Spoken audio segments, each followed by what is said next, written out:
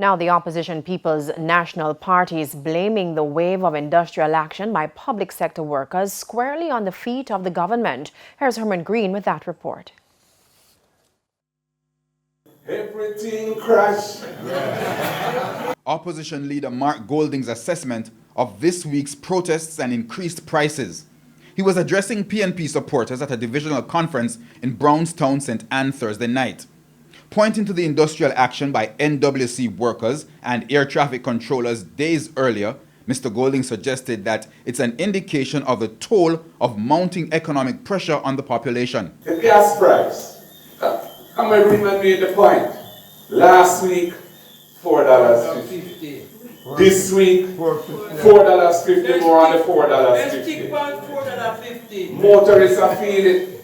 Transport operators are feeling it. Commuters are feeling it too.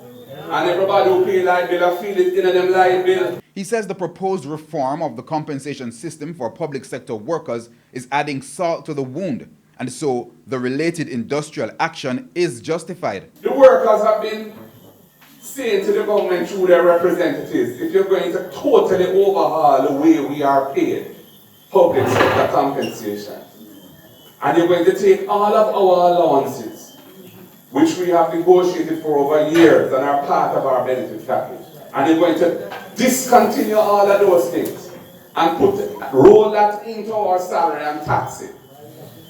We must have a discussion about that. He is calling on the finance minister to change his approach to the negotiations. The PNP president again pointed to the suggestion he made during the budget debate for tax revenues in excess of the government's projections for the year to be used to cushion the impact of rising gas prices on all other commodities. He insists that the government did not say the suggestion could not work, but simply ignored it. Herman Green, TVJ News.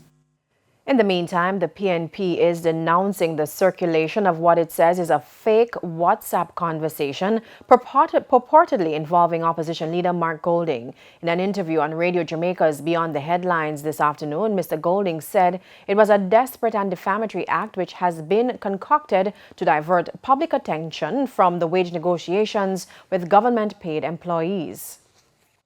And I'm very upset that somebody like the Minister of Justice would be reposting them in WhatsApp groups with residents and communities in his constituency. I think that was a very irresponsible thing for him to have done, and I am going to be looking into that matter further. I should also mention that I have reported it to MOCA and to the Commissioner of Police for him to relay to the Cybercrimes Unit. And you have proof of that? I do.